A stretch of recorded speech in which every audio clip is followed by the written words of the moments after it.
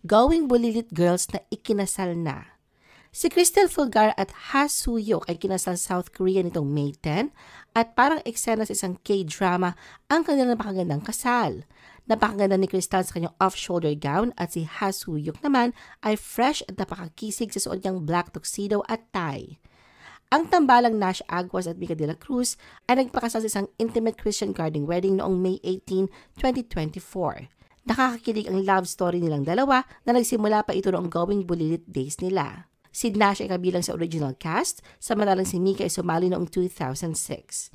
Mula sa pagiging magkababata, ngayon ay mag-asawa na from childhood friends to forever, ika nga. Samantala, hindi rin mawawala sa listahan ang kasalan nila Trina Hopia Legaspi at Ryan Harina. Matapos ang 7 taon ng pagiging magkasintahan, sa wakas nagpakasalan sila noong November 2021 sa Holy Trinity Episcopal Church sa Makati.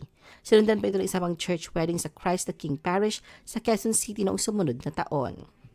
Noong November 7, 2024, ikinagulat ng marami ng ibahagi ni Aliyah Benesano's timer sa social media ang mga larawan mula sa kanyang tahimik ngunit masayang civil wedding sa kanyang non-showbiz partner na si Josh Stemeyer.